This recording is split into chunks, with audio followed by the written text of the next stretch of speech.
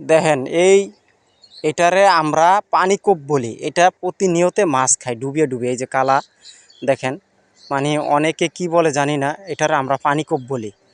মানে এটা হলো আপনার বালি হাঁস, অনেকে বালি হাঁস বলে, আমরা কই পানিকূপ। ওই দেখেন এখন সে রোদ ছোহাইতেছে মাছ খায়া, দেখছেন?